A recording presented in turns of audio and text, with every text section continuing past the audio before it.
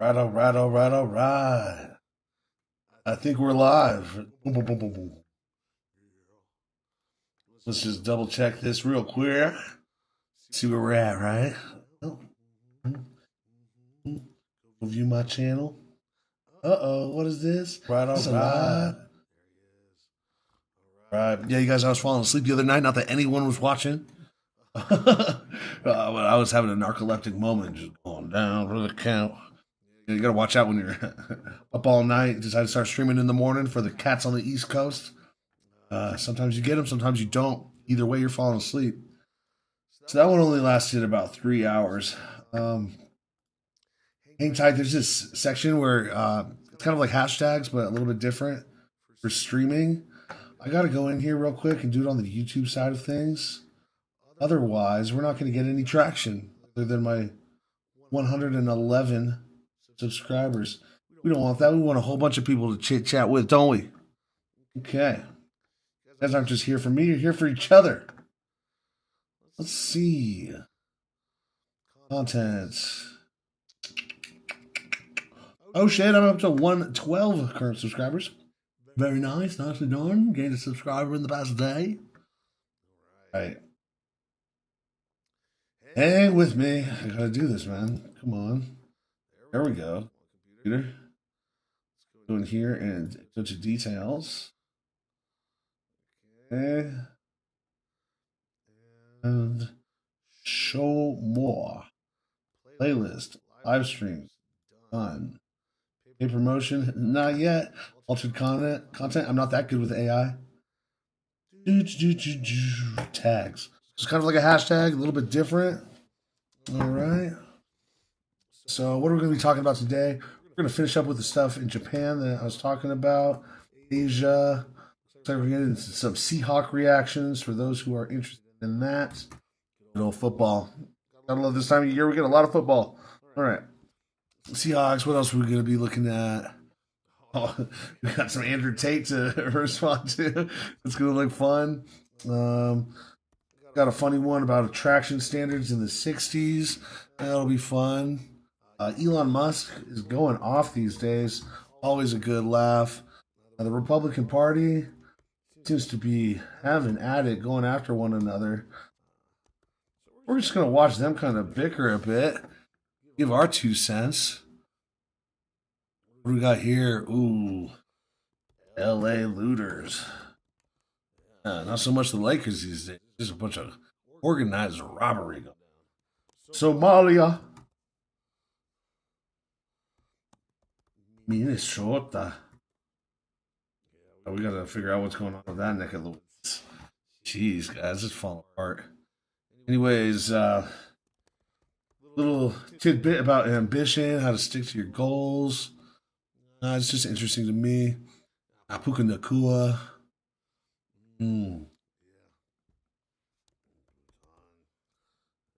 Some stuff.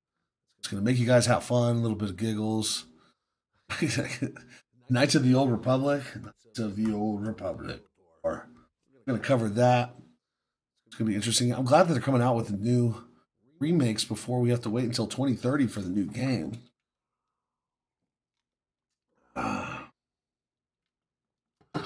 Yeah. Wrap it up with a bit. Very end. Part 2.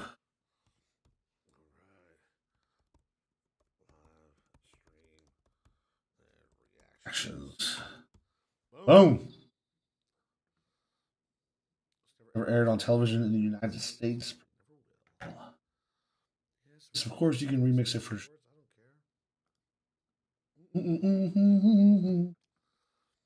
It just saved.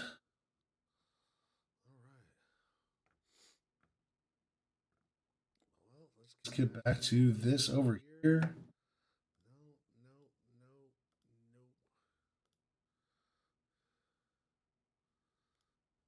Still alive and rocking and rolling.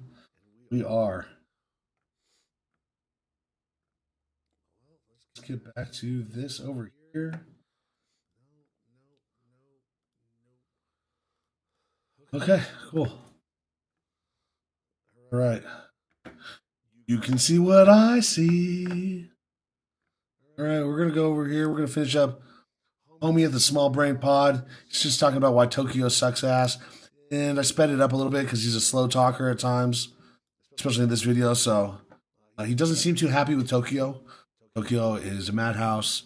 It's just a bunch of foreigners there now. Yeah, not going to like it as much as Osaka, for instance, according to him. Shiesty club barkers. I think they're called barkers, where they try to get you to come to their club, promoters, whatever. I'm not saying that's going to happen in Shibuya Crossing, but you realize, like, there's just so many people, they can't care about you. They can't find interest in you. You are just a number, right? And everywhere is crowded. And all the menus are in English. Guys, if you see a menu in English, look, I get it. You don't always want to challenge yourself. Trust me, I know. I've had Japanese curry 5 times in the last 9 days, okay? I understand. We are creatures of habit, and we want to be, have predictable feeding schedules and The Japanese curry is fire, but I understand what he's saying. I was sick the whole time I was in Japan, so I just had to sit there with Uber Eats all the time. And yeah, I just kept on going back to Japanese curry because there were a few things that I ordered that just were not good. Not something that I'm accustomed to. I thought the Japanese food over there would be like Japanese food here. Not the case. Besides that Japanese curry, which is so good. I don't blame you if that's all you eat. Whatever. But even like the sushi options, it's mostly sashimi, and that's it. You're not going to get a bunch of crazy rolls like you do over here at the strip mall. It's just fact. Know that the food's going to be good, and maybe you don't want to always eat adventurously. I get it. Okay, I understand. This is the guy. I'm the guy that had McDonald's 3 times a day, 5 days a week in China. Okay, I understand. Not when you challenge yourself, but just every now and then, just go into like a little smoky yakitori place, right? Maybe not in Tokyo, man. Maybe I don't, or just find a neighborhood in Tokyo that is less well trodden. Is the best way I can put it. Find like a boutique hotel, just kind of out of town. Like, don't stay in Shibuya, man. Staying in Shibuya is not the move. Yes, it's very convenient, but in Tokyo, the cost of convenience is just motherfuckers all over you, man. Like on the train, me and Egan today from Hachinohe took the train. The train is nuts. We're talking packs like a sardine can, man.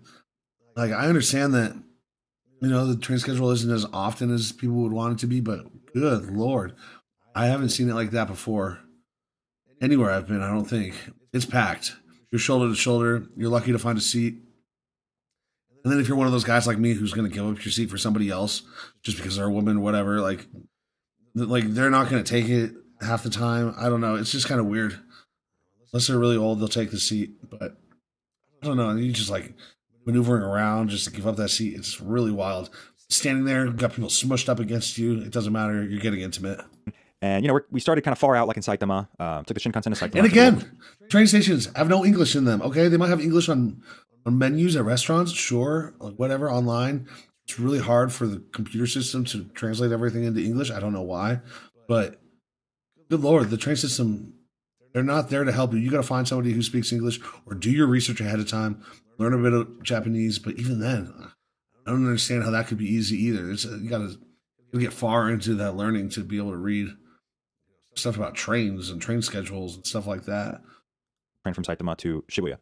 And as we're going from Saitama, Saitama, like northwest of Tokyo, as we're going from there, the train is just getting more and more and more and more crowded until the point where I'm like doing one of these things where I'm like, oh, I'm sorry, fucking exactly. Man spread with my wide shoulders. Like I don't know what to do. Right. It's like my social anxiety just kicks in, and I just feel like I'm ruining the country for everyone. I just have this incredible self-loathing that can only be brought to you by spending an extended period of time in Japan. Guys, come to Japan so you can hate yourself and think you're always wrong in every social situation.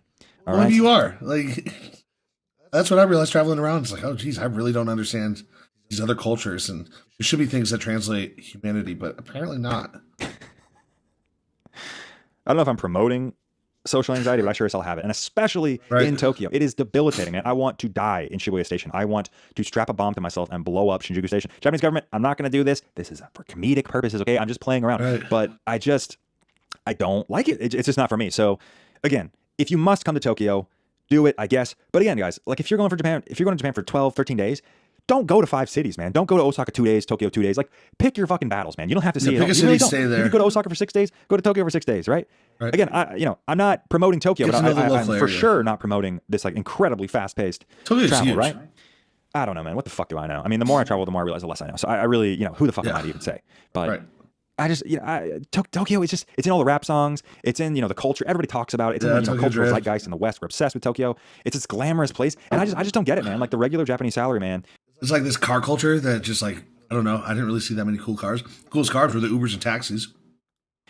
And the fucking cop cars looking like goddamn Ghostbusters.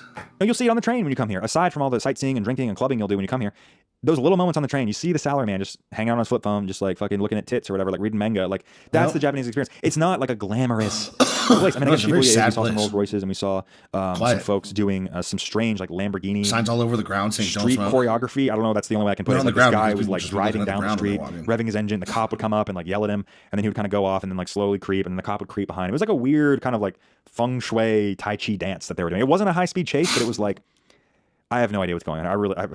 Japan is just a fucking enigma.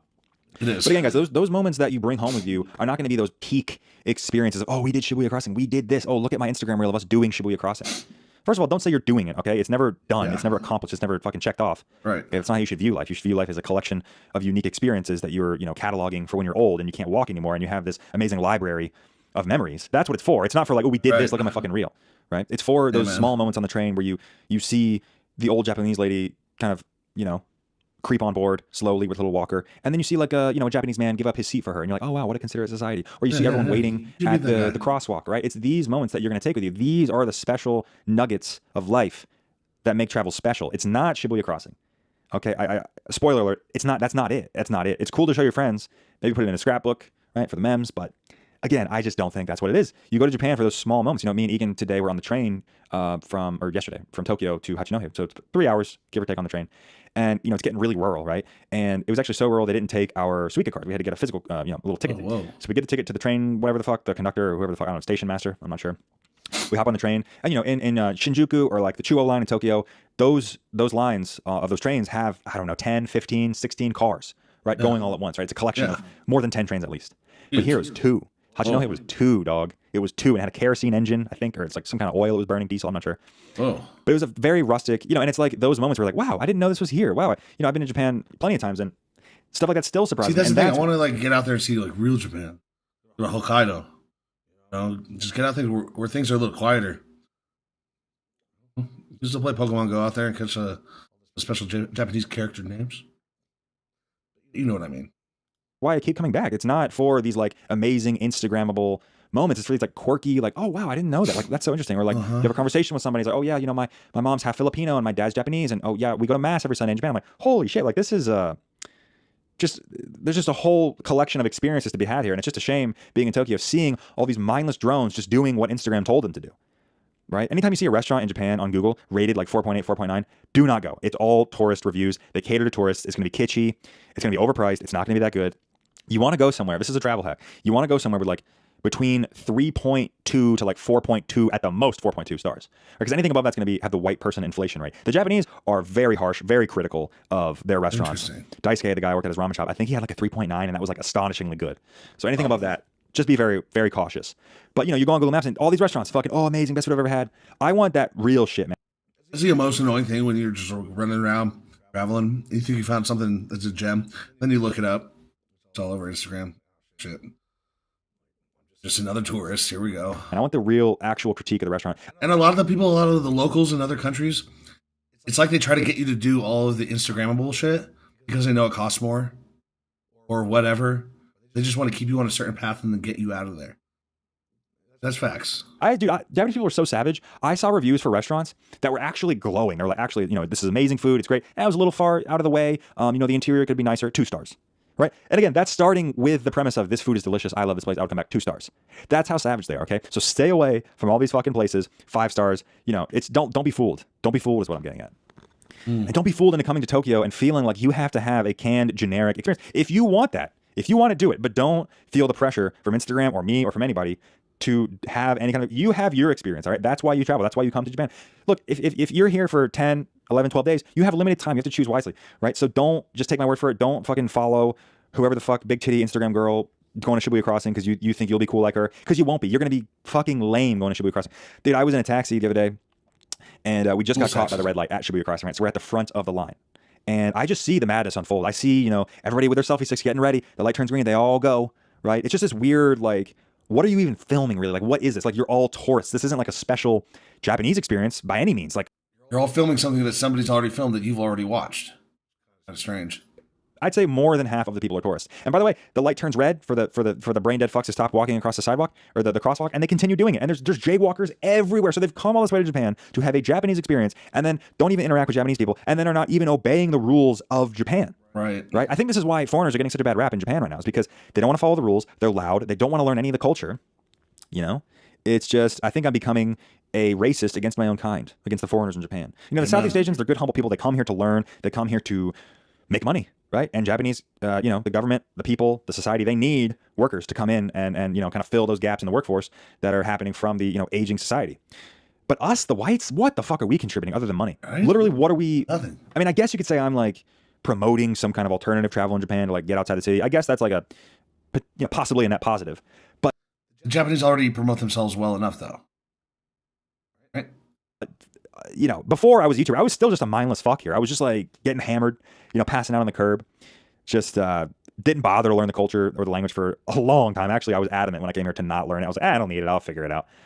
I mean, I did figure it out, but that was by studying and fucking writing out my hiragana every day. So I don't know. Long story short, guys, just stay away from Tokyo. It's not worth it. Or, you know, go to the outskirts, go to like some quiet little sleepy villages, or, you know, at least Saitama. Just get out there, man. Like, it's not worth the convenience, because the convenience comes at a heavy price of your mental health and your personal space. Go to that little shrine of Jesus where they think Jesus died in Japan. What a cool idea. And you just can't feel like the main character. And I guess when I travel, I just want to feel like the main character, honestly, if I'm being completely transparent. I want to feel special. And you will not be special if you come to Tokyo. You will be a drone. You will be a cog in the machine. You will be a brain dead piggy. So just stay away. All right. See you in the next one. Bye-bye. Bye-bye. No, Is this the craziest two-point conversion? Everything that he has to say. It's awesome. Or it is, or maybe it's too easy to. Tokyo Success, Small Brain Pod, 40,000 views, 1,500 likes. Go over them, show him some love. He's got some awesome videos. His time in India was insane. He recently went to Africa. Go check it out. Good watch. All right, here we go. The cost of living abroad and two more. Oh, we got a collaboration here, guys. I left USA for Vietnam. Tour my $500 condo in Da Nang. Ooh, yeah, that rhymes. 570 likes. 18,000 views in 2 days. Very nice. Who are the two more? Evan A. and Will Travels. Evan's other cost living abroad. Will Travels is the guy on the screen here in the middle. Yeah, let's check him out. Show him some love. All right. So, like, you can't see it in the mist, but the Lady Buddha is right there. You can see, like, the outline and the sort of panoramic. And it's literally, like, again, I think I feel like I need to emphasize this. You cannot be any closer to the beach. I don't want to fall here, but, like, look where we are. Like, we're literally, like, on top of the ocean in Sancha when you're here at Muang Thang Luxury, which is cool welcome spot. Back to Da Nang, Vietnam. I'm in front of Paradise Beach Bar, which is about as central as you can get in this city. We're going to tour a $500 condo in one of the most or best located buildings. We are like literally right next to the Mayan beach sign, and you can actually see a couple surfers out there today. It's rainy season, almost Christmas, which is like peak bad weather here, but it's also the best time to surf. And we're going to this massive tower right behind me, Muang Thang Luxury. Nice. So we've talked about it before. You might even have heard me mention it. One of my best friends here, Will Travels, I'll link his channel, lives in a really nice unit up here for about $500 a month. So we're going to cross the street, go in there, do a tour of his place, talk about how he found Mine it, is the fact that he's a 49ers why fan. he moved to Da Nang with his Filipino girlfriend, and why he likes living here so much. Respect. He's been here for almost 2 years now. So let's go check it out. You can see, as usual, traffic is kind of insane here. You sort of have to like hand. Notice, guys, this is what you got to do in Vietnam. You just got to pick a route, stick to it, and go. They'll let you through. Gesture and point your way through. Unfortunately, there's no easy way to cross this big main thoroughfare in Da Nang. It's just super dangerous. There's one overpass, underpass thing down the beach, but like it's really not practical. So this is the front of Muang Thang, where there's a big sort of luxury hotel. I can actually go in and give you guys a little peek. It's called Muang Thang Luxury. at what the lobby looks like in here. So it's pretty nice, right? This is somewhere my wife and I used to stay a fair bit before we moved up here. Nice Christmas tree. It's got a full big lobby and shop. Gorgeous. Cute little Christmas tree. Very family friendly. As I say, I used to really enjoy staying here with my wife when we were living in Saigon, because you walk out and you were like on the beach, right? Absolutely perfect location. That's Paradise there, that's the beach sign, and there it is. So to enter the condo part, we just walk around sort of to the side and the back. And then there's a couple of big towers. You can also find short-term leases up in these towers. So I think they're called like South and North Tower, or A block, B block, some sort of standard thing like that. But both of them have short-term rental leases, aka like Airbnbs, booking, etc. You know, the standard sort of thing where there's mom and pops who have 3 or 4 units. They rent them all out for profit. I really like staying there. If you get in a good unit facing the ocean too, there can be incredible views. Even on the far side, on this side, street side, there's going to be views of downtown and the Dragon. Are they more expensive to face the ocean? Probably, as long as you're right? situated in a good unit, you're going to have some nice stuff to look at. There's crazy parking if they in this weren't. building as well, which is a huge plus if come for down some and get reason feet you rubbed actually want to every drive a car. Yeah, so this is the That's first the awesome block thing about view. Asia that I wish Americans took a little more seriously. It's just like all the body health, you know, relaxing spas, just foot massage places. You know, after work, a lot of these people in their dress shoes, women in their high heels. Why not just like pop down and have a whole bunch of places available to go get your feet rubbed for 30 minutes for $5? Why not? Let's go see if Will is in there waiting for us. Chime. Standard unit. This is where you pick up all your mail and like your grab food deliveries and stuff like that. And then if you're just doing bike parking, they have bike parking in the middle. I see Will. I've been in over buildings there, where so they I don't must be in check. the They wrong just tower. just have at it. I'm gonna Lo and behold, there's cross a over and note get that went him. around That's said, in there. "Hey, Yeah, and you're again, not you see taking there's someone else's restaurants and package." shops like right here. So you really do have incredible access to, you know, Antung or Mian, Da Nang, the sort of sweet spot, most touristy spot. Hey, There he is. Maddie. I just did went in the wrong tour. The what? Time to get mic'd up. DJI, best mics in the If you haven't game. watched my That's off channel, right his now. channel before. It's Definitely too check him strong. out. It catches in that He's go. It doesn't matter how my far go-to local tour guide, Yeah, especially for headphones. Antung. All the walking knowledge you need to know about Antung, getting landed, soft landing in Vietnam and in Da Let's hit Nang. this. So my 3 requirements, I think, basically was over 50 square meters, right next to the beach, and a separate living room and a bedroom, and under my budget, obviously. Right, not just a Nice. studio. All right, so tell me how you found the place. Tell me about, this isn't the first place you moved to in Da Nang, right? So maybe walk me through like the different places you've had and then how you ended up on this one. Yeah, we didn't even go up. Which floor are we going to? I think it's 40. Yeah. Oh yeah, no, right at the top. Yeah, 40. So I found this place very simple. Oh, it's closed. Oh, let's go look. Okay. No coffee? Yeah, oh, come on, thank you. So I found this place by the way that I always recommend to other people. Go on Facebook groups. And what I did was Facebook in instead Asia of is a looking- huge deal, I guys. did look kind of at the apartments on Good the looking list, around if you but don't. also what I did was I made my own listing. I put Deals I on needed wheels, at least too. 50 square meters. It needed to be under, I think it was like $450 that I wanted to spend, no more at the time, and it needed to be as close to the beach as possible. So those were my requirements. I left that kind of firmly on Facebook group. I put something like, if you don't have this, don't contact me, because I do know out here the scooter companies, the Bana Hill travel companies, they will message you and they'll say like, hey, well, you want to come on a trip? And I'm like, no, I'm looking for an apartment. So that's basically the way that I found this place. Ain't nothing but a I dealt hound directly dog. with the landlord, not an agent. So I didn't have to play the games. I negotiated directly Right. with the landlord. No security deposit. That's huge. At the time it was no long-term contract, so I was paying every month, and I still only pay every month. So that's kind of how I found this place, and I've been here for 2 years since. Damn. All right, getting big, like, beautiful atrium cafe. Woo.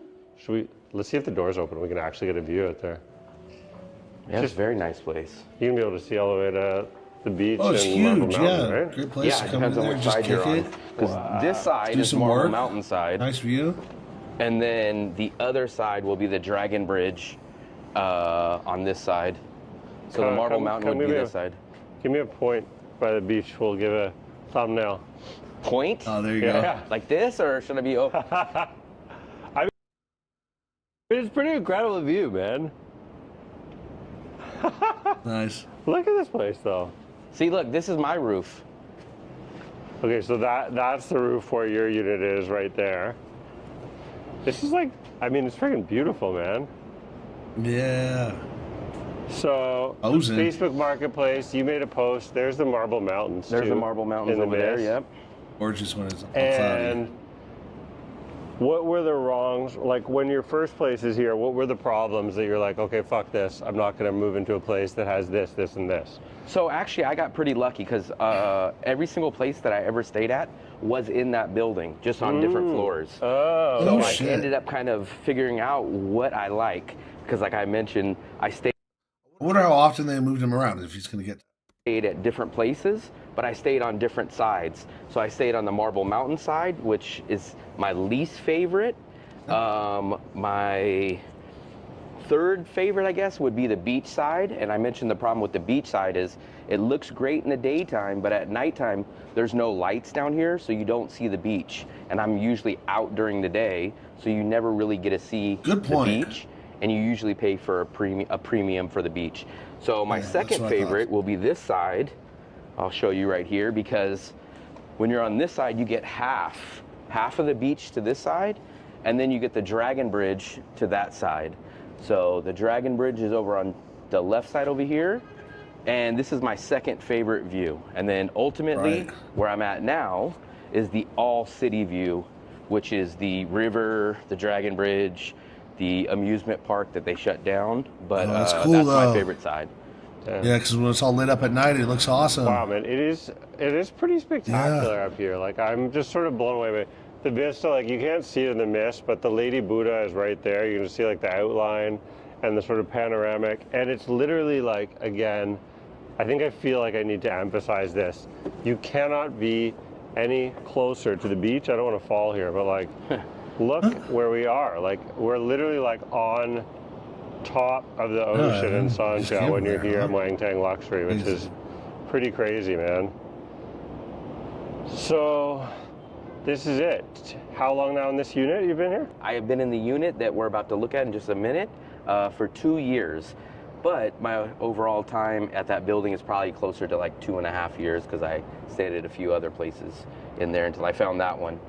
And if All for right. anyone who comes here, sees this video, wants to get a place in Muangtang Luxury, what should they avoid? What are the big mistakes they can make, or like the things that could, you know, ruin the experience for them? Quick answer would probably be check for mold. I'm lucky I've never had mold or insects problems Building looks too new. in my units, but check for that. Look underneath the sink, look up at the bathroom, at the ceiling, look by the ACs, up above the ACs, see if you see leaking water or water damage.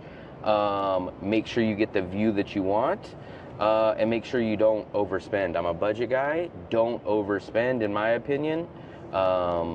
And make sure that you deal with a reputable person.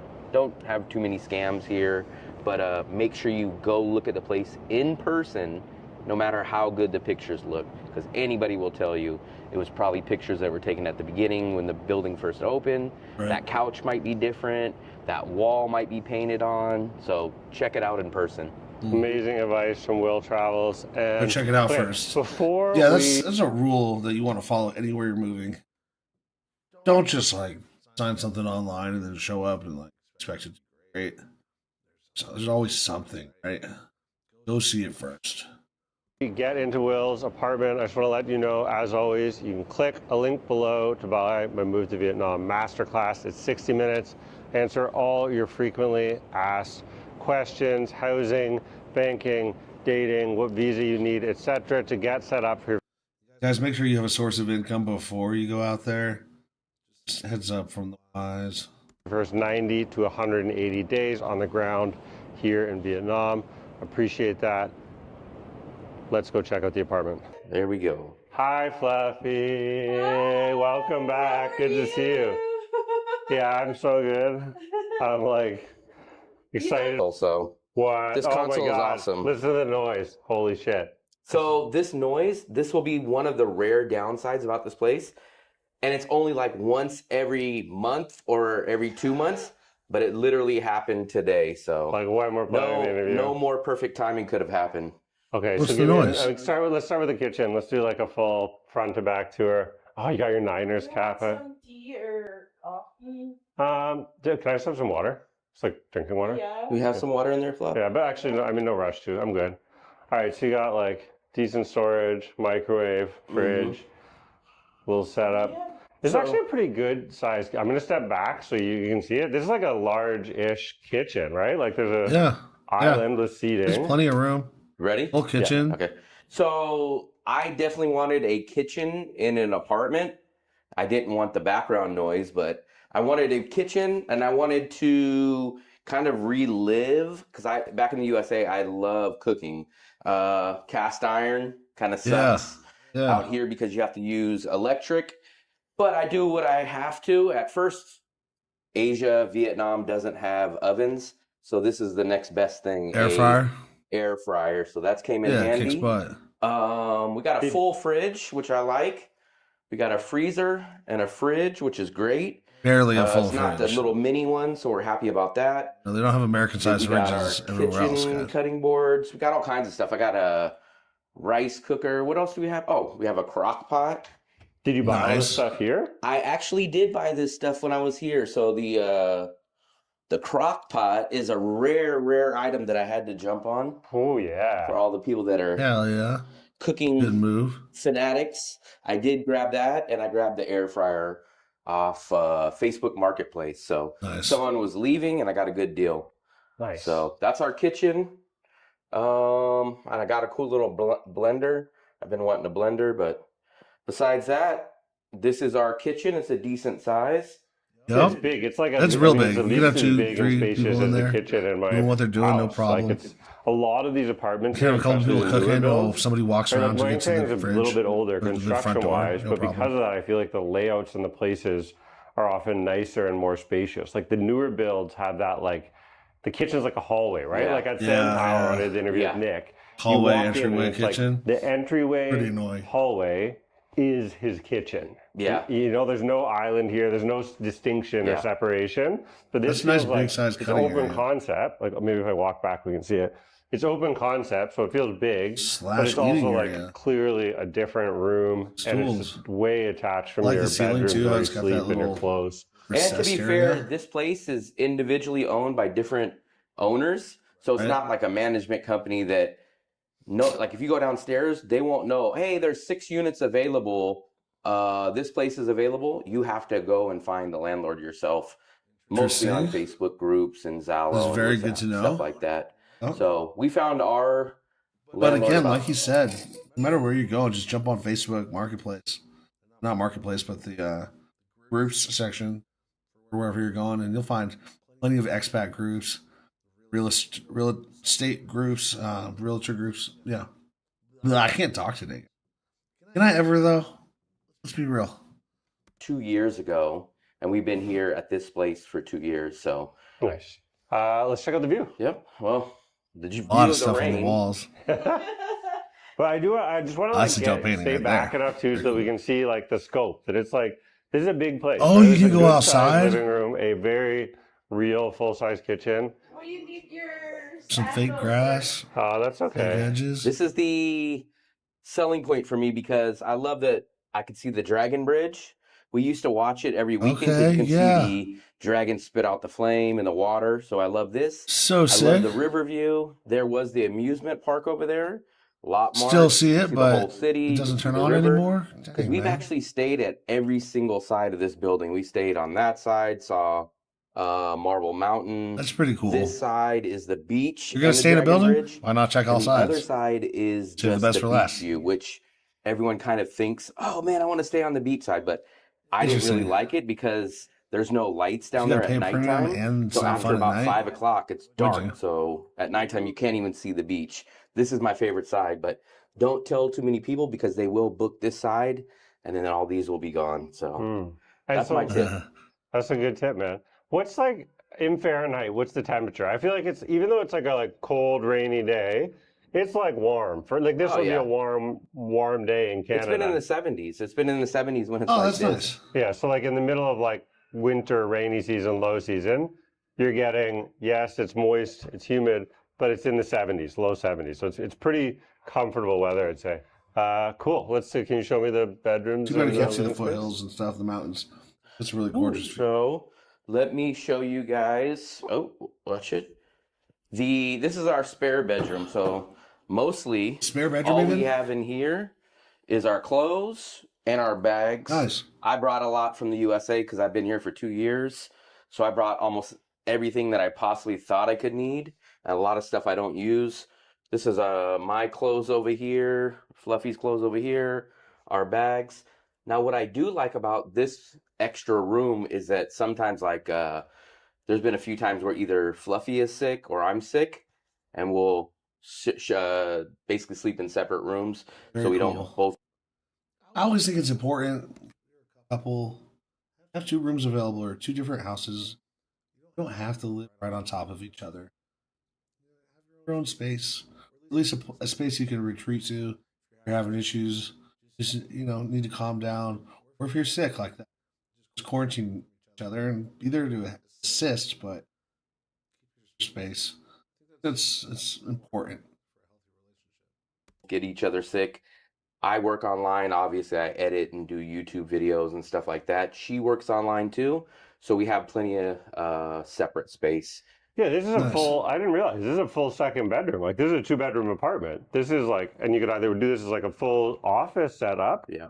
or you could also, like Office you're with a a single futon, mother with a maybe? kid, or like a family with probably just like a baby or small kid. You wouldn't want to do a family of 4 in a place this size, but you could Yeah, you definitely have multiple people, or like, a couple like you guys that wants the extra workspace. Yeah, dude, that's a decent sized bedroom. That's a little extra storage nookie thing here. Whatever that's nice. Storage for the bathroom storage. blow dryer and the iron. This is my bathroom, so I you guys enjoy see the this. separate bathrooms. People too? give me a bad time because I have the non-shower curtain, the Asian style shower, but I like it because I clean my bathroom as I take a shower, so I don't have to worry. Yeah, right. This That's is awesome. the I shower love unit that. You here, just spray right? Like everything you're down. literally. This is classic. The why Westerners separate freak the out two? when they see this for the first Just time. looks cooler. Because you stand here. Yeah, whatever. We're about beside- functionality. Right? Like you stand right beside your toilet when you're doing your like shower scenario, but Yeah. that is normal here. Yeah, well, actually, let me show you guys the way and the If you're reason like why I me like and- it, because sometimes You throw up once a week. And it's just nice to be able to just spray it all down instead of having to wipe it up and spray it. Just like spray it down and then spray it with the water. You're good to go. It all goes down the drain. The stuff that you missed, like the splashback, all that stuff. It's messy sometimes. when I'm late or when it's late at night, I take the shower like this. So that's also a good way to take the shower too. Power You move. lazy And fuck. you got, I guess you I got love one it. AC unit. We have the one here. AC here. We have this other one here, Yeah, one in here. Nice. and we Incredible. have That's 2.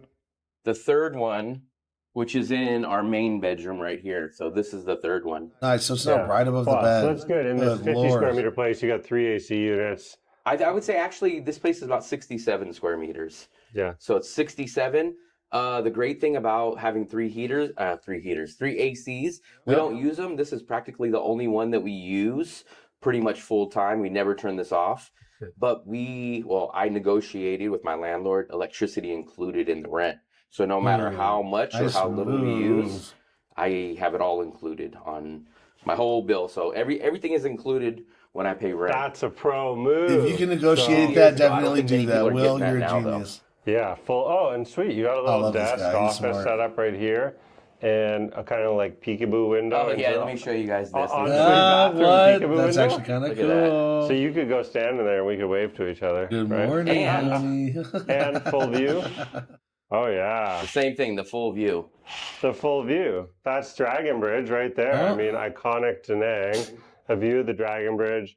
A view of the main bridge in from the airport. Super direct from the airport, direct to the beach. About 15 Wow. minutes. Maybe someone knows why the curtain is on the outside. Shouldn't it be on the inside for the person in there? But there you go. That's the open glass shower. Yeah. This is Fluffy's bathroom. She likes this because it's more of the Western bathroom. So Oh, it's wow. I enclosed. love the tile job Right, in so there. there's a little bit of separation. And it has from the Horizontal glass door right stripes. there. Little juxtaposition. Oh, yeah, there's a door, right. So it's literally separate. Makes it so feel you a lot can bigger than do it your is. business, flush, not smell It's a it nice in little there. gift for your honey in the bedroom. That's though, cool, if man. you're And still it's nice. You sleeping, get the take a natural shower, light, come up too. like You can that. literally Ooh-wee. have a shower and look at the bridge. Good morning. Wow, that's pretty good, man. Yeah, this is the second bedroom. I just want Yeah, to show very one cute nice. little feature here. That's all you need, In right? case we didn't know, Will's a Bay Area guy. He's got Kings, A's, and Niners. That's The my full- hat that just got cleaned from the Philippines, so another King's hat. Oh, And snap. I do have a few more, so. You got a hat cleaning service. In the Where do you get Philippines. speed stick, man? It's hard to find good deodorant here. Dollar store. Really? I brought like 15 of those when I came from the USA. Oh, the dollar store in the Dollar USA. store, Yeah. yeah. Yeah, Yeah, man. I All I brought can those too. find here is the little. I must have watched the goop- Will goop Travels roll video on where he goop said to tubes. bring I hate it. deodorant. I think these are my In last. Malaysia, they got everything you want. deodorant. I got those back What at kind the of dollar stupid? store before I came 2 years ago. So Absolute power move, I man. should check the expiration date, but I think they're probably still good. Okay, and just a little bit of storage here. Yeah, just a So- little bit of like storage for like towels and stuff like that. and a single like hanger rack. So you do see a classic issue with Vietnamese places here is there's no real like bedroom storage, clothing storage. So you're gonna want to like do an under the bed scenario, or you have to hang up here, hang or it you, up. you got to like Right, figure out right. some things. A lot of places are gonna end up being like this. Yep. Sometimes, because I've been in a few different places, they do have the like cabinet, but what I don't like is like the cabinet's so wide and it pushes out into the room. And Yeah. I'm like, they never take that into account. And like, there'll be like things that you can't pull out because they make too big of a cabinet. It's kind of weird when they do that sometimes. Yeah, Yeah, that's true. and look, I mean, you're looking right down. This is like the main part of An Tung, Mian. All the classic hotels are there. So if you're looking for a beachside hotel in that sort of like 20 to 40 US dollar range, it's going to be right here, just back a block or so from the beach. There's a little park. There's scallywags. There's Puna Cafe. All the good time spots. Yes. All right, we'll give it to the people straight. What do you remind? What's the square footage? And So when I first got it, they said 65 square meters. I've seen something somewhere else say 67. So What's the- basically 65 square meters at least. what is it in feet? Do you know? Feet, it would probably be, I think, 100? 700 square feet or something, Nice. something like that. And what do you pay in Vietnamese dong and US dollars? So in VND, I paid 12.5 million, Mhm. which includes electricity, no matter how much I use, like I said, or no matter how much little I use, internet, water, everything, that's all included. So 12.5 million, which is about $470 What a deal. out the door for everything. So anything that has to do with rent is $470. Damn. So under $500. You saw it here directly across the beach. A perfect location. 2 bedrooms, 2 click bath, up here to watch big a video kitchen, from separate living Will's room, channel and check little out Will balcony, Travels. It's a great workspace, channel, the and a best rooftop area local that you can advice hang on out the on. ground in Da All right, Nang. Will Travels, Or you can Hustling watch Abroad, Evan A. this one where I tell you about how exactly I retired early in Da Nang and my exact system that I used. Thanks so much. I'm Evan A. Excellent job, guys. This is Democracy Watch. Mark, there is a clip Oh, that has shush. surged across the news. We already watched this. Anyways, Wow, man. It is go watch these guys again. You know, go show them some love. Especially if you're thinking about going to Vietnam. You don't have to live in Vietnam forever, but if you want to go there for an extended period of time, you can find a nice place like this and just feel like you got your own home base for a good price, great deal. These guys will definitely teach you how to do it. Right? On to the next one. On Lear, should you avoid travel to Thailand or Cambodia right now? This is going to be a good one, but Will had set up that crock pot. I'm going to do this.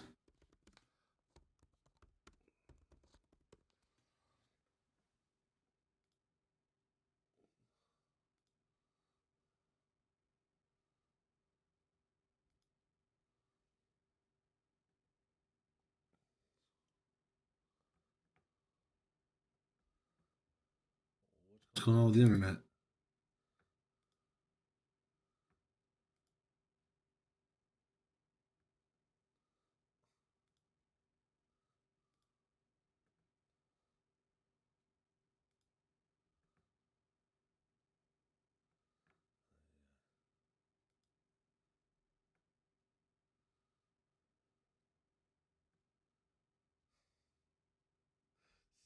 This?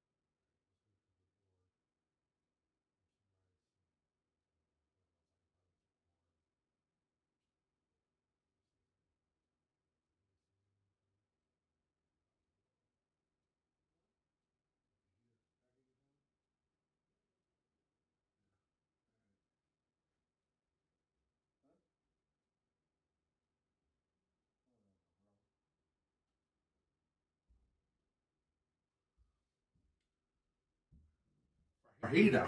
Fajita.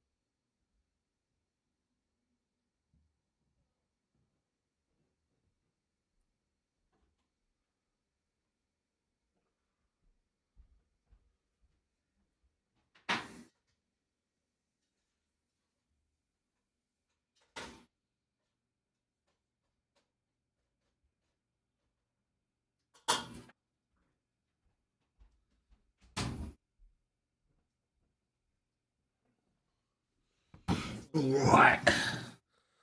Here we go.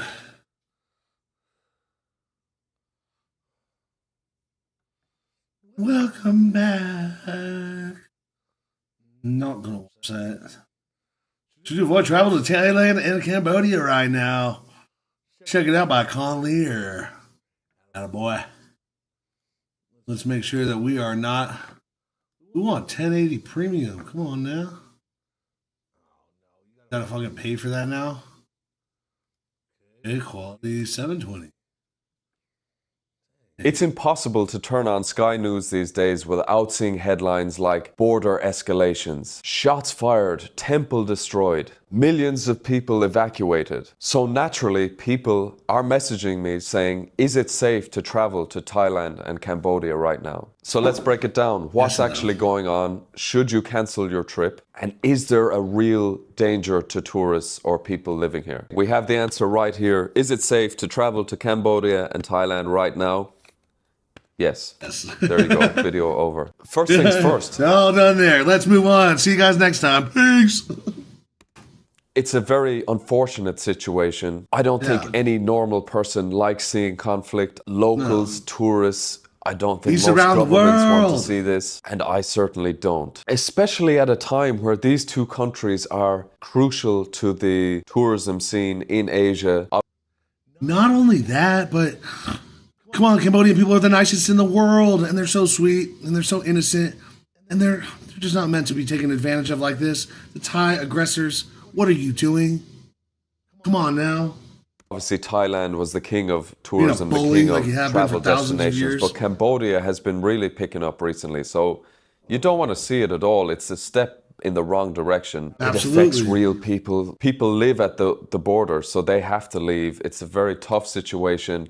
But obviously, I don't know the history. I'm not an expert in what's going on, but I'll just tell you what's actually happening here. Yes, there is extreme tension. There is military action. Rockets are going off. Fighter jets are dropping bombs. Drones are shooting. So there's a very real and dangerous situation. Now, Everyone's all pissed at Israel.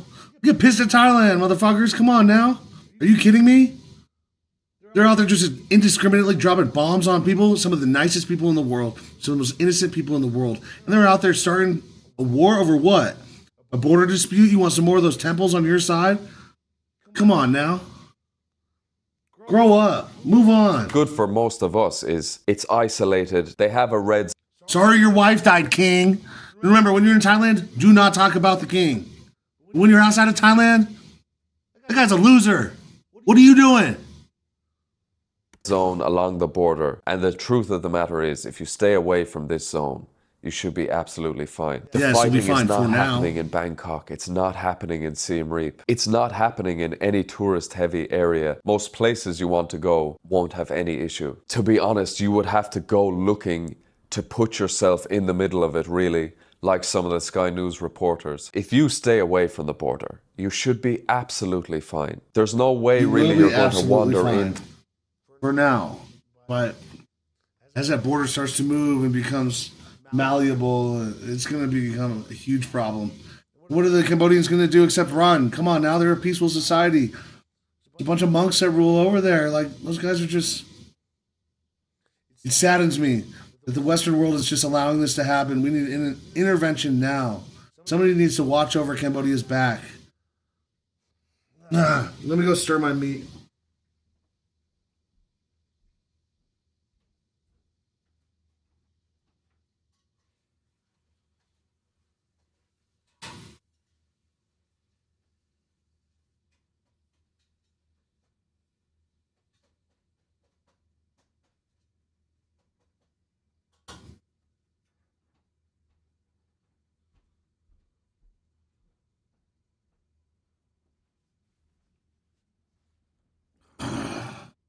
To a conflict zone without knowing you're going there. Everything that you want to do, the beaches, the mango smoothies, the temples, the cities, they're all fine. It's all open Yeah, for for now, business. Should I cancel my trip?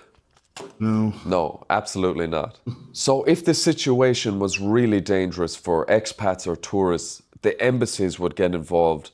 There would be panic warnings from the Irish, the US, UK government telling you to get out. Airlines will be cancelling flights. Your embassy might help you get out of the country. None of that is happening. And until that happens, if that happens, then I'll be the first person to say to you, get out. So as of now, the update is, while there's border conflict, while you don't know what's going to happen next, all travel is 100% safe, business as usual. So next, do I think this will escalate further?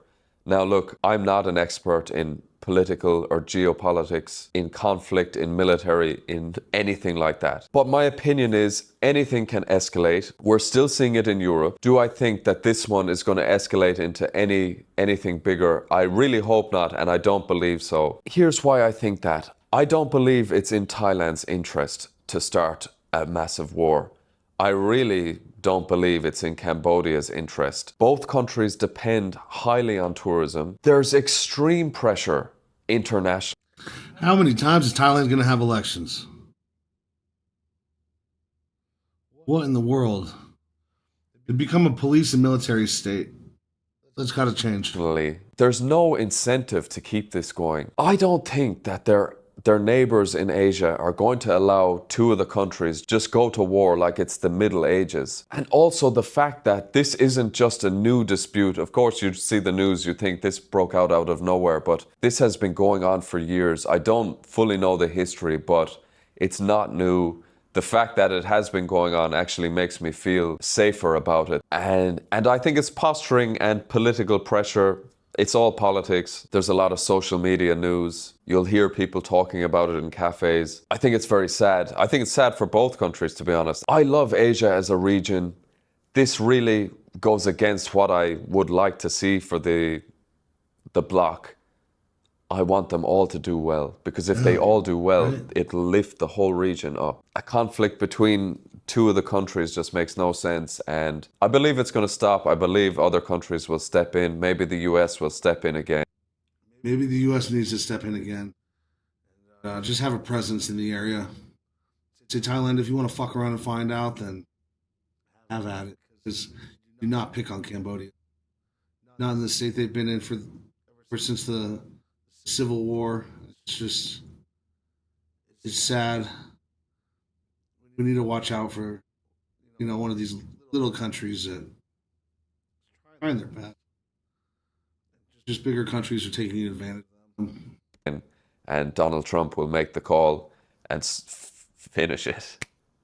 Okay, it's as simple as avoid the conflict zones. Don't go near the border. You have no business being there. Don't go for sightseeing at military checkpoints. Keep updated with the embassy advisories. There's none that I know of at the moment, but you can check that out on the websites. I would stay off TikTok and Instagram. The fear-mongering is real. Instagram and TikTok are just terrible for... You can say anything you want. I really don't believe any of it. You don't know.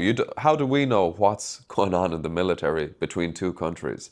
So that'll just make you depressed. I'd stay off that as much as possible. Then if it genuinely escalates and there are warnings, then reconsider and don't go. But as of now, I have no fear, and I really hope it is over soon. So that's it. Should you go? Thailand and Cambodia are both still very safe. Open, very friendly people, full of expats and tourists, and the food is delicious. So yeah, if you want my stance, not that I'm any political expert, I don't like conflict. I want the best for all of Asia. This is not in the best interests of any of the countries here. No, I hope it ends soon. And there are real people. It's sad. It's easy for me to say, but there are real people evacuated. People are now living in tents at the border. So the sooner it's over, the better. But for you, there should be no problem. Tourism is going on as normal. Everyone else, 99% of the people aren't affected. So that's it, guys. Yeah, that's my stance. As you know me by now, I want the best for Asia. I want every country here to do well. So the less of this kind of stuff I see, the better. But unfortunately, it is a part of human existence. So it does happen. So yeah, that's it, guys, really. I don't have anything to say. It's a sad one. What else have we got? Oh yeah, as always, check out the free Move to Asia cheat sheet in the box below. Quick overview of all the countries. Check it out, see which one suits you. Also, check out the Move to Asia blueprint. Recently upgraded, moved to a new platform. Very professional. I'm very happy with it.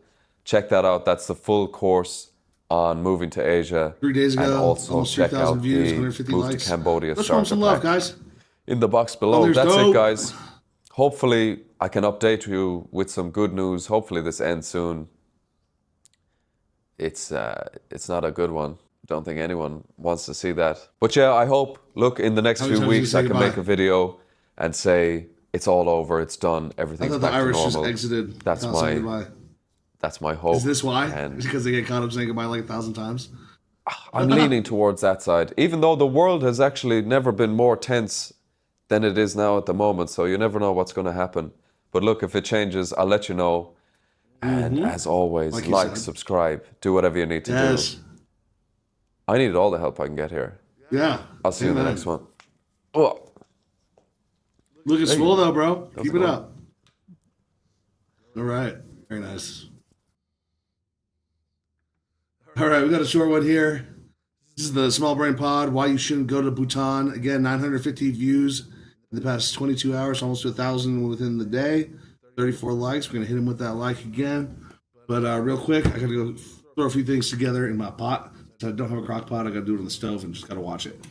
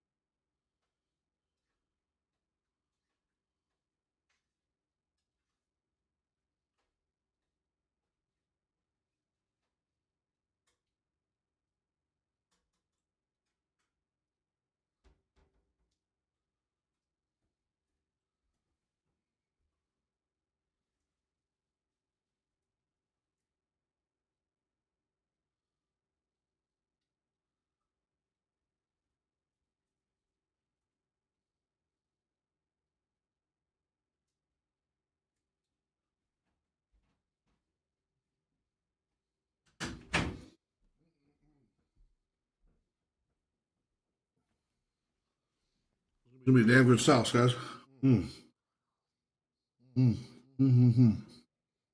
Wow.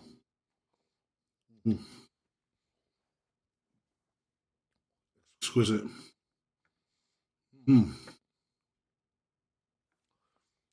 Why you shouldn't go to Baton? Clip by Small Brain Pod. Let's check it out. Very interesting. Honestly, I'm really glad I went. I'd regret it if I didn't. I met a guy in a spa in Bali. We were jerking each other off. No, but this guy told me that Bhutan is like one of the last kind of discovered places because they're like really hesitant to allow foreigners in. They don't want to be like Bali. And honestly, going from Bali straight to Bhutan was actually like I got whiplash because Bali is just like anything goes. Do whatever you want. You're free. Tourists kind of run the whole island. But I met this guy in Bali, and he told me that Bhutan was like that. It's like untouched, and they're very secretive, and the visa's expensive. So I only went for 4 days. And I got fucking food poisoning for like a day and a half. So that really like shot a lot of my plans. But honestly, the tour guys were. I appreciated that they were doing their jobs to the best of their ability. But honestly, like just having a tour guide in general, it's just not for me. I think it's really annoying, and I don't want someone to hold my hand. I don't want to have the experience mediated to me through a government employee or someone that the government has chosen worthy of disseminating this information to me. I'd rather like experience it with my own eyes, my own ears, my own cock. You know, I'd rather like see it firsthand instead of have it be like filtered through somebody, you know what I mean? Especially someone who has a vested interest in you making a positive video about the place. Like I just don't, I don't enjoy that. I don't feel it necessary. And I actually feel like it takes away massively from the experience, right? It's like the difference between like reading a book and like actually going to a place. Like you're going to get someone else's opinion and it's going to be filtered through them. Like the real thing is here and then it's filtered through them. And then it's filtered through you, right? So why not just get the middleman out of the way and get a more pure experience? That's the way I feel about it, at least. Like I guess if you're doing something like a very specific, like if you're going canyoneering in Dominica, or if you're looking for like a hidden plane in the jungle or something, it would be nice. It'd be a luxury even to have someone like kind of show you around and give you the best way to do it. If it's like legitimately dangerous or it involves some natural aspect, like if I'm going like tornado hunting in Kansas, if I'm chasing tornadoes in Kansas, I need a pro. Like that's not something that you just want to do by yourself. And a good pro, like someone with a fucking, stormproof vehicle and all that. But Bhutan wasn't that. It was just me walking around towns and villages and trying to speak to people and having local interactions when the guide was there showing me, hey, here's the best food from this region. Here's the best blah, blah, blah. Like the first day I got there, I landed and they gave me this little like, it was a nice little like kind of white scarf where they kind of showed me, here, this is how we do things in Bhutan, like welcome. They're giving me all like the state propaganda talking points. And that was cool. But beyond that, it's like, I don't need you at all. Like, to talk to a local farmer, like why do I guess translating and stuff is nice, but I hate that shit. It's so annoying. I don't know, man. I just feel in Cambodia, the Airbnb, I stayed at first, dude gave me a beer when I first got there. It was like, welcome, here, drink this. And then in the morning he wanted $3 for it. At first he said $2, and then all of a sudden the next time he mentioned it was $3. I'm like, what are you really up to here? And then it's on a disc golf course, and disc golf course, you want to play disc golf, you got to pay for it. It's like, what am I paying this Airbnb for? Like, I can't just play a round a day. Okay, fine. I'm not playing disc golf then, because then you got to rent the discs if you don't have your discs. Why am I going to bring my discs from halfway around the world just to come to your place and I got to pay? It's not a golf course, guys. It's not that legitimate yet. It's a hippie sport. Played in parks. Okay. Second of all, they wanted to go have breakfast. I was like, okay, yeah. He's like, I know this great breakfast place. Let's go have breakfast, the two of us. And we went. After he taught me how to drive the motorbike, he jumped on the back and was filming it and everything. And we went, had breakfast. Then I was like, all right, let me pay. He's like, no, I got it. And then when we got back to the disc golf resort, he's like, here, breakfast costs $10. No, it didn't. And that's why you didn't want me to pay for it there. Because it's a lot cheaper and you're white man pricing me. Anyways, then he tried to give me pay him $10 for teaching me how to drive the motorbike. You got to be upfront with this kind of shit. And no, I don't need you to handhold me through my experience in Cambodia. Then he kept like saying, "Oh, let me take you back to a local part of town where they harvest rice and all that." I was like, "Well, let me guess. I got to pay to go do work for you." No, I got out of there. I was not having it. Every little moment, trying to be nickel and dime. There's no space for that shit. And I understand there's a bunch of white people that are going to fall for it, for the real, authentic experience. I don't need you to show me around town. Don't need you to introduce me to the people that you're friends with so they can charge me more, or that you can just charge me later for something. No, it's not happening. That's bullshit. Like it greatly took away from the experience. They took me to the first. And then, like when I was in Morocco, there was this guy in Tangier. He basically took us around and showed us all the places that Anthony Bourdain went. Great. He had some awesome hash on him. Even that. The hash was spectacular. But come on now. What in the world? I don't need you holding my hand and introducing me to people that are going to give you kickbacks for what we purchased. Get the fuck away from me. Then he tried to get like $500 out of us. I was like, I'm not going to give it to you. And I gave him that look like, I'm going to fucking kill you. Like, I will beat your fucking ass. The embassy's across the street, so I'll whoop your ass and jump over there real fucking fast. Test me, bro.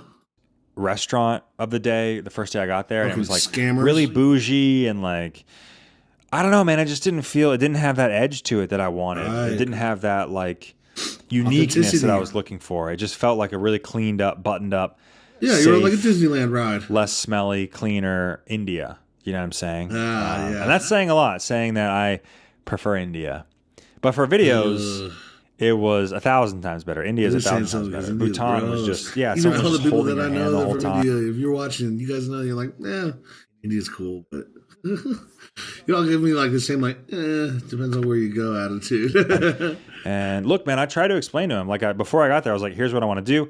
I've done this research. I want to see this. I want these kind of experiences. Like, what can we do? And then I arrived, and it's like they didn't even listen to me at all. They didn't adjust the fucking itinerary from the 70-year-old Australian couples who had just retired to me. Like, it seems like I got the same exact tourist route itinerary, as those people, which doesn't make any goddamn sense because I told him you're asking these are the things I want to do. It's a little more off the beaten path, a little edgier look I'm going for. And he's just like, oh yeah, let's go to this like 5-star restaurant. Right. And I'm like, God damn, man. You. I had literally for the last night in Bhutan, I had to specifically ask if we could stay in the city because the city is the only place where you can go without a guide. It's in Paro, Paro, I think. It's the biggest city in Bhutan, but it's the only place in the country you can go without a tour guide. So I was able to go by myself and look around. Again, I don't even think I filmed anything. What are they hiding? Kind of pissed off at that point. Real gangsters. That was the idea. I wanted to go off on my own a little bit and just have drugs and freedom, man. Like I travel to feel free. I don't want to have this imposing character next to me the entire time, like telling me what to do, telling me what to try, telling me what to say. Like I want my experiences to be like messy, or want them to be. I want to get my hands dirty. That's what we do with Small Brain American, okay? We want to get our hands dirty. We don't want it to be handed to us on a goddamn silver platter with everything perfect. The whole point of the channel, the whole point of me traveling is to experience it for myself. Okay. Yeah, I understand. There's a lot of things that can wreck your chances to do well. We live in a rather all right. Hush. Small Brain Pod. Check him out. Give him a like. All right. In case anybody wanted to see the reaction to the Seahawks game, man, I haven't felt like that in a long time. I was listening to the radio version, and my heart skipped a beat. I felt so good and happy for the first time in probably a decade. I haven't felt that good, that elated and thrilled off of the moment. And it came and went so fast. It was fleeting. That's what makes it special. But let me go stir my pot of good food over here. I will get to Brandon Perna's That's Good Sports. Yes, this was the craziest 2-point play ever, Seahawks versus Rams.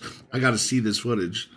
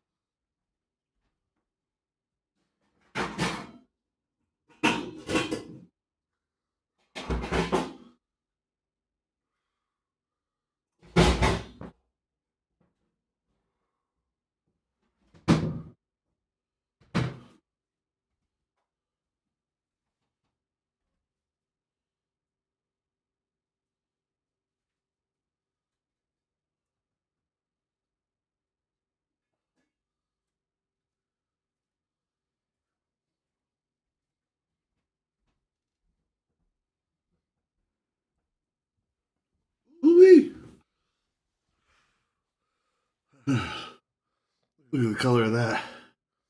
It's mighty fun.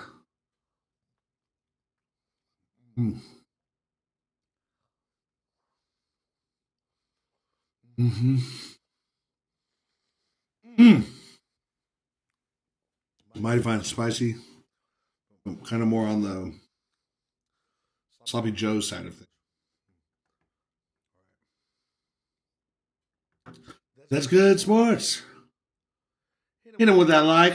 Go check him out, guys. If you're into football, you're gonna love Brandon Perna. Easiest 2-point conversion ever. Is that how easy it was? Yes, Kirkcanal, it is. Ever. Yes, 100%. I've never quite seen anything like what happened on the 2-point conversion. I've watched a lot of football, and I feel pretty confident saying you'll never see this shit again. Have you ever seen a player break up a pass with his head to stop a 2-point conversion? Walk away from your TV to grab another beer only to return and see that it was somehow ruled a successful 2-point conversion? And then you're like, how? Wait, what? What the fuck just happened? I'm 41. Do I not know anything about football?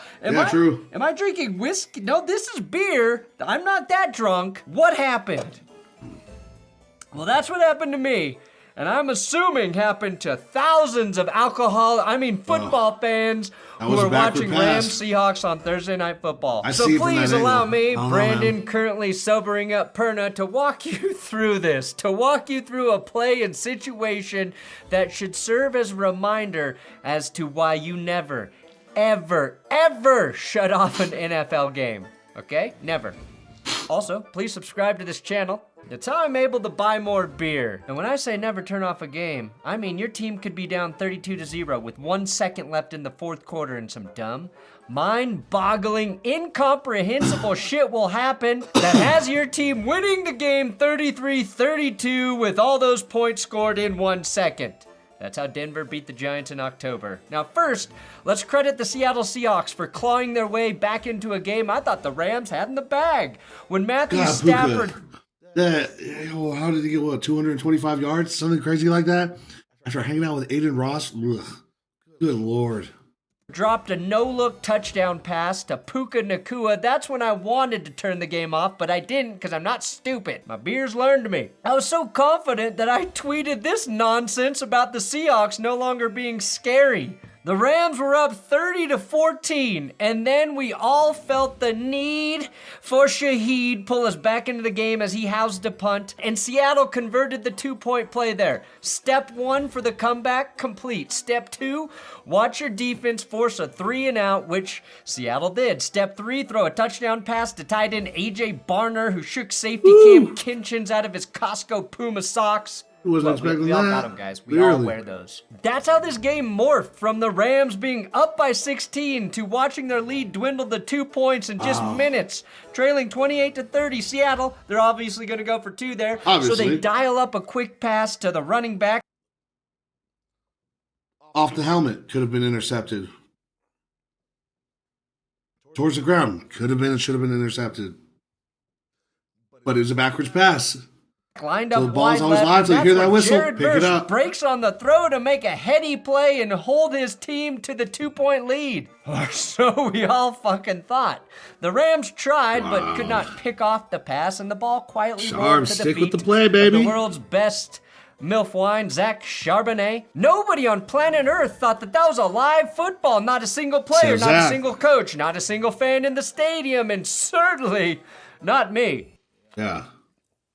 The smartest football guy on earth. When I say nobody knew that this play had happened, I mean the broadcast had completely moved away from the play. I've never quite seen anything like what happened on the 2-point conversion, where you're lined up to kickoff, then they say it's a fumble because they had the clear and obvious recovery. Now you tack it on, you make it a 30-30 game. Charbonnet picks up the ball nonchalantly in the end zone just to be nice and probably hand it to the ref. And that's when there's the recovery right there. Quarterback threw a backward pass. A great teachable play because you always pick up a football why I got New York in after your it ear, hits guys. the ground, even if you're certain the play is dead, meaningless, and over. Charbonnet picking up that ball gave Play to the whistle. Right? Run to the ball. Somebody grab the ball. Even if it's practice, you got to put the ball back, right? Come on. Pick up the ball. the Seahawks a clear That's the rule. recovery. Some eagle-eyed fuck in New York, though, noticed that the pass may not have been a forward pass, and upon review, holy shit, the ball is going backwards, and Jared Verse's head blopping that ball into the end zone makes it a live ball, which hey, if it was a good Charbonnet pass, though, it would have been picked up and intercepted, so recovered, at least he means was off Seattle of it. gets the 2 points. Had he just left the ball on the ground, Seattle would not have been awarded those 2 points. Thus, they would not have tied the game. Thus, they would not have gone into overtime where they won the game on, get this, a 2-point conversion after the Rams scored a touchdown, and then they answered with a touchdown of their own. The Rams had over 500 yards of offense heading into overtime and lost this game. Oh my God. Is this the craziest 2-point conversion ever? To help paint a picture of how crazy this 2-point play is, this game itself was wild, right?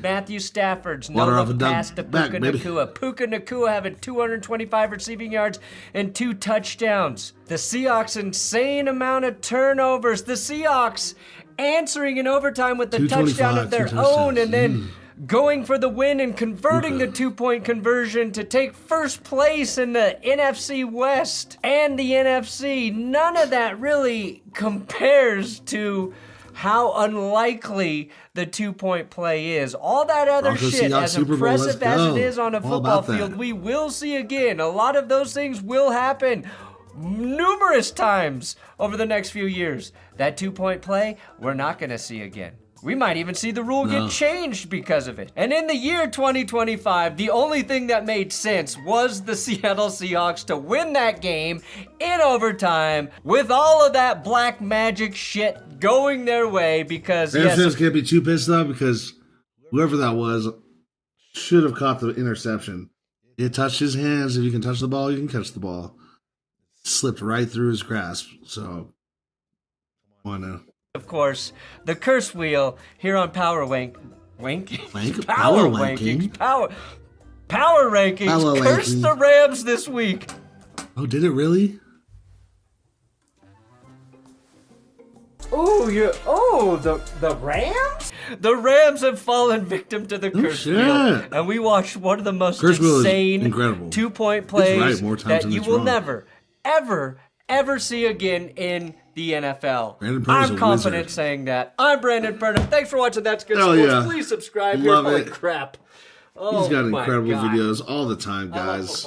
Go check him out if you're not already a fan.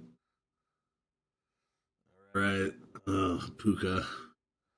We're going to watch some Hasanabi response to Puka because, you know, I used to be a fan of Hassan. You know, he shocks his dog and it's like... This is like a communist killer. Oh, what's happened to the guy? We'll see if he's changed a little bit. I don't know, but I want to see this Puka information. He's probably going to cover it the best. Rams wide receiver Puka Nacua caught live streaming in the locker room, despite the team having a strict rule against players doing so. One of his teammates even asked him to stop while he was changing, but he ignored the request and kept filming. What an awful look for Puka. Puka gets hit in the head for a living. Don't believe anything he says. Good comment. Oh, by the way, I forgot to show this, but this is one of the most insane things I've seen. This guy is like one of the top wide receivers in the country, right? Puka Nacua. I don't know how to say his name correctly, but he was apparently doing a kick stream with Aiden Ross the other day. And Aiden was like, hey, you should do this iconic Jewish dance. And it's like the greedy merchant meme. So go spin it, flex, then look and go like this. All right? Not cool. Yes! Yes! Just like a bow. Yes, just like this. All right, so do it all one. Number 2 wide receiver behind Smith. Insane, dude. How do these guys not have anyone around them to be like, this is not a good idea? Aiden Ross is Jewish, though, so he's the one playing the joke, right? Dude! Yes! In the camera. Does that? We got you do it? Yeah. Whoa! That's easy. All right, so let's do it together. Ready? Spin, flex. Greedy Jewish. Man. Oh my God. That's what it's he also did. crazy because like this is happening when there's so much commentary around, you know, growing anti-Semitism even before this, but especially considering that this is the weekend. This happened during the weekend of the Bondi Beach shooting. Like, I cannot think of a worse. I mean, there is no good time to do shit like this, in my opinion, but it's insane. It's insane that is happening on this weekend, especially. He's also getting shit on right now for live streaming in the locker room and continuing even after a veteran teammate told him to stop. He wanted to bring them into the Rams facility, but the coach and the PR team shut him down. I don't know that guy, but do you think he knows what he's doing? Not Aiden? No, I don't think this guy knows anything, dude. What do you mean? I don't think he knows anything. And I mean, Aiden Ross obviously knows what he's doing, but it's so crazy. Yeah, it's yikes. Ram star wide receiver Puka Nakua says he will do an anti-Semitic Jewish dance for his next touchdown celebration. This is a terrible look for one of the faces of the NFL. Dove Kleiman with the shy emoji, shy emoji, shy emoji. Bullshit. Dove Kleiman, wow. Ram star wide receiver Puka Nakua exposed the NFL referees, saying they make bad calls on purpose just to get screen time on TV. They are lawyers. They want to be on TV. They text their friends in their group chat like, "Did you see me do that on Sunday Night Football?" Sometimes. Oh, 100%. I'm like, they had a. Yes, the refs are the worst because there's just some of the rules aren't, and like these guys want to be. These guys are lawyers and like they want to be on TV too, bro. Like the game. You don't think he's texting his friends in the group chat like, "Yo, you guys just saw me Sunday Night Football"? Like that was no way. He was talking trash about the refs on Aiden Ross's stream. Like that wasn't PI. Like, but I called it. I was like, seriously, they do that? I mean, these guys. What? Guys are normal human beings too, bro. Like these guys. I mean, they do a better job than them. Puka, are you an idiot? He is only like 23, right? Yikes. Rams wide receiver Puka Nakua caught live streaming in the locker room, despite the team having a strict rule against players doing so. One of his teammates even asked him to stop while he was changing, but he ignored the request and kept filming. What an awful look for Puka. Puka gets hit in the head for a living. Don't believe anything he says. Yeah, I know. Dove Kleiman is a troll account, like Yeet for the NFL. I can guess that from the captions. I don't understand how you've won the lottery, okay? Not only have you won the lottery, but you've obviously worked really hard to get to the point that you're at, and then you just actively try to destroy it and squander your opportunities. Not things on the field, but instead things off the field. I don't understand that at all. Like, just all you need to do at that point is stay safe, maintain your diet and your training regimen, and just not do dumb shit like this. Not hang out with Aiden Ross. Says you? Right? What do you mean, says you? How does that even make sense? I would say the same thing about streamers too. Yes, streamers also have won the lottery. The difference in that situation is streamers yap for a living. Okay? So you're gonna run into some problems in terms of, whatever you're talking about. But for NFL players, you don't have to yap at all. Yapping will almost always get you in trouble. He's one of the best in the NFL. Nothing will happen. I mean, sure, but you're not doing yourself any favors when an inevitable injury sets you back. Okay? He is McDonald's like every day. Dude, I was gonna yell at me. Hey, bro, don't live stream. Okay, don't live stream, bro. Don't live stream in the locker room. What? I'm not. That's so dumb. I'm not. We also do forget that a lot of these dudes, I mean, this dude's a Zoomer, right? So he grew up in the media environment that bricked his brain before he even potentially got CTE as a wide receiver. You know what I mean? So I think that the CTE probably doesn't help, especially because he most likely got the CTE before he even he got the internet induced CTE. Anyway, his Mormonism is the real brain rot. Yeah, he's a Mormon quintuple whammy. He went to BYU. He's got the Mormon brain rot too. Yeah, all of that stuff combined leads a man to potentially do shit like this. I just don't understand. Bad behavior reduces their income potential. They'll stay in the NFL because of your talent, but you won't get paid as much. I know. I just don't understand it. Right, well, he's going to get paid handsomely, don't understand it. You're basically I wouldn't worry about that unless he gets injured. Yourself, right? You know what Puka's getting news for? Calling out the refs, not anti-Semitic shit. Yeah, of course not. Because he's not pro-Palestine, chatter. But is it This is a question that I get a lot, in my mind. Is it anti-Semitic if somebody doesn't know that they're being anti-Semitic? In particular, if a Jewish man was the one who taught him how to do that? I don't know. I think it's something we need to think about. It's like making a kid doing a sick Heil. Like, okay, the kid's not a Nazi. He has no idea what he's doing.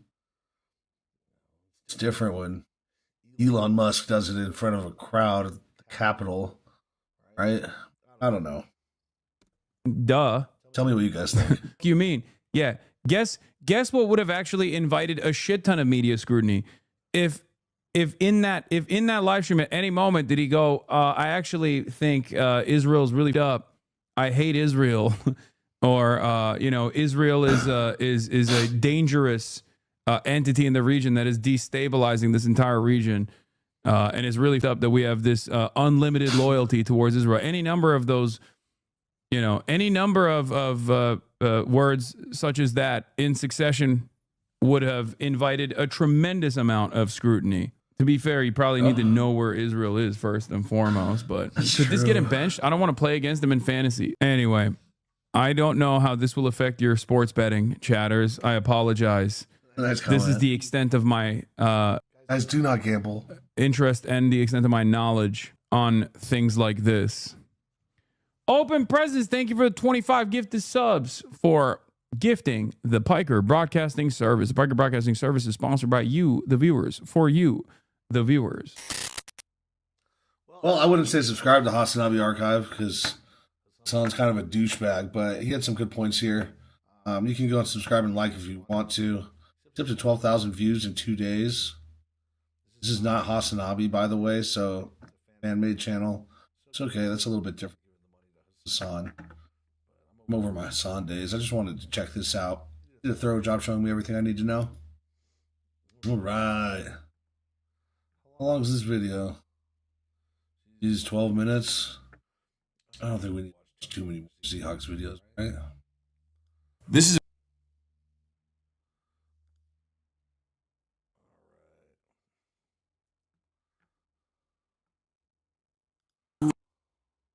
I'm being rude? Yes. And how is that? How is that? I'm trying to explain to you, you're in the park after hours and you're committing a crime. It's not. It's all right. All right, let's see. Watch something else, something fresh.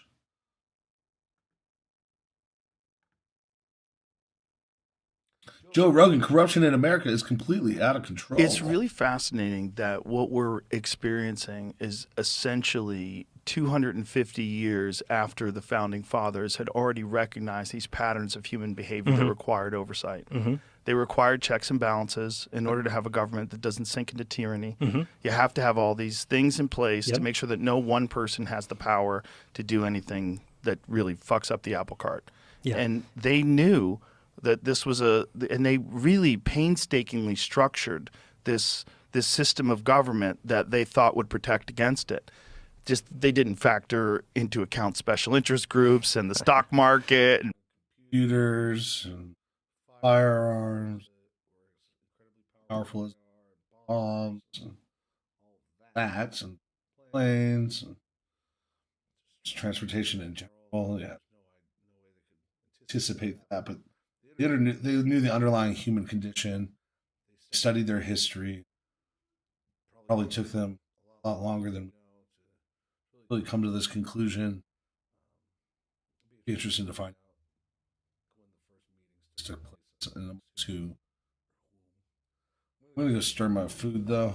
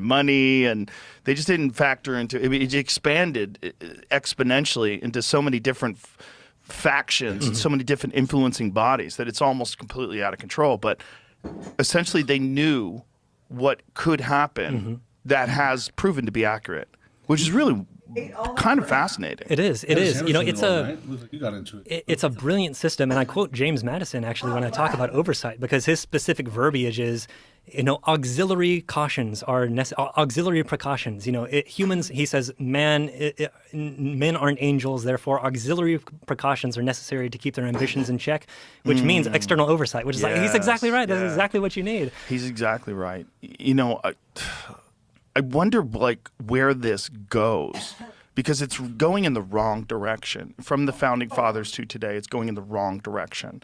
It's like I think most people agree add any water, that just a from lack canned of oversight stuff. and secrecy is a gigantic problem with not just the stuff that we've already discussed with MK Ultra and the CIA and the cocaine and all these different things, but with virtually everything that gets decided upon in our government that affects daily lives of people. There's so many different influences that aren't based on the greater good of the American people. It's based on financial interests. And that's sort of overwhelmed all of our policies, overwhelmed all of our systems of government. And then you have all of these social issues that they never really want to fix because they campaign fund against them, which is what we were talking about before. Yeah. So this is this constant psychological game. There's a game of us versus them. There's a game of certain key points, whether it is abortion or gun rights or immigration or whatever it is. Like nothing ever gets solved. These are the beach balls that they throw up in the air at the concert, and they keep getting bounced around, and we're just little dumb monkeys that are giving up our tax dollars so they can keep running this giant Ponzi scheme. Yeah.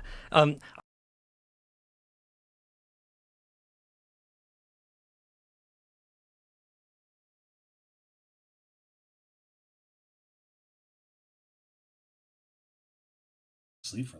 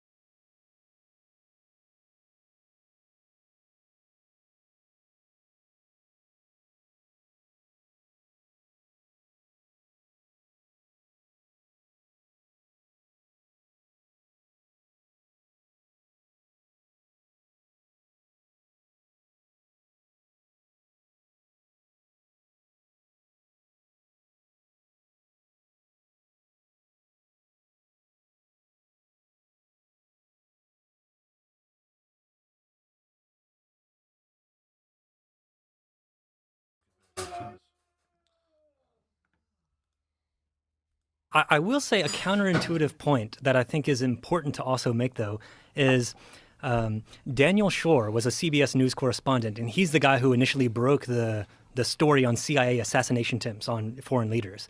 And he has this quote about how the U.S. has a, you know... We are.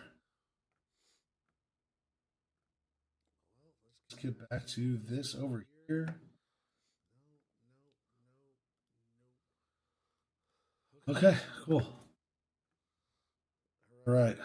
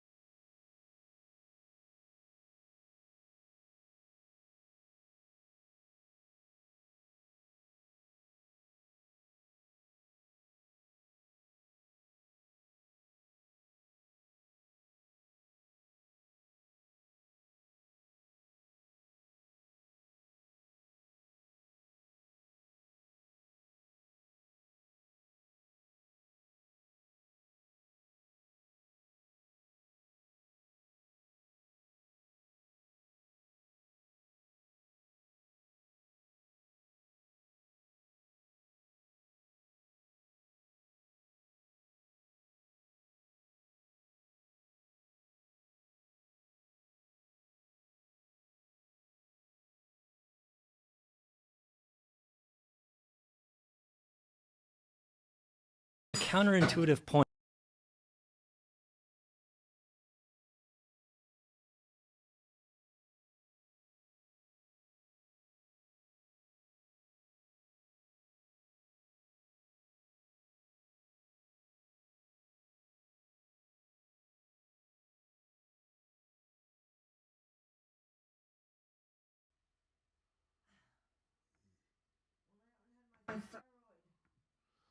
No, and I'm like coming off of thyroid meds. That's probably not good. I did a month with them, and now I'm doing a.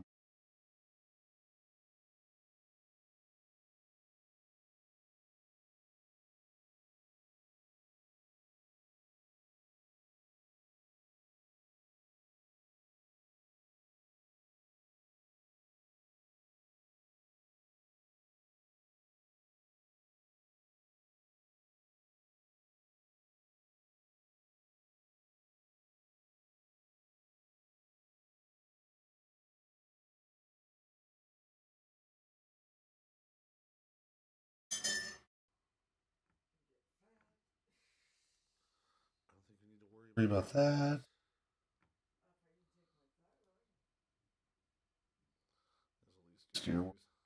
There's a pendulum that swings between security and liberty. You know, the more security you have, the more liberty basically you have to take away. If you can be infinitely secure, but that means that the government would be inside your house and know everything about you and prevent you from doing anything, but nothing bad would happen. At least you wouldn't be able to do anything bad because there would be a policeman in every bedroom, basically.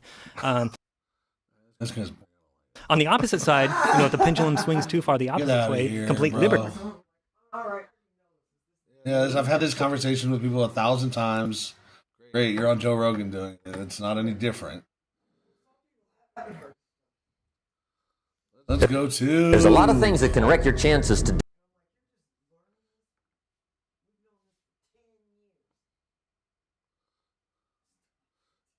You want to see this? What is an attractive man? Ireland, 1967. I wonder if this is even real or if it's an AI. Who knows? It looks like it's real. A man physically. Well, I like a man to be bigger than me and to have a strong character. Somebody who has a stronger character than I have. Does he have to be a man with great big muscles and No. great big thighs and legs? No, I don't like a man who's too preoccupied with his own masculinity. What about skinny fellas? Skinny fellas are okay, depending on their character. Well, I'm very attracted to men who are able to sing and play music, interested in music and singing. Do they have to be physically big men? Oh, no, not necessarily. No, I like the people who are slim and trim. What do you look for in a man when you want to find him attractive? Well, I like a well-proportioned man, around 6 foot in height and not too lean and not too fat. Does he have to be a fella with a lot of muscle? Oh no, I find those muscular men rather revolting to look at. You know, these fellows all muscles now. What do you look for then in a man? Well, Carl, I don't go out with a specific idea in mind, but I do find that I think certain people are attractive, and they're usually fairly slim and athletic type people, but they're not enormous, big, sort of.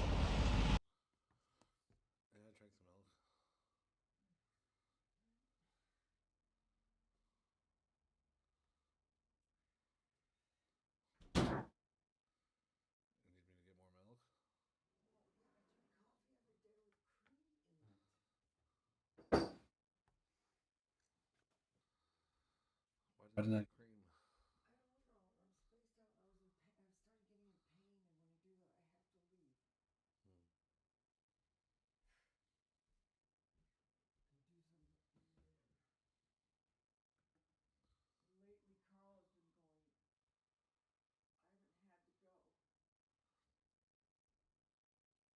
I had to go? What do you mean?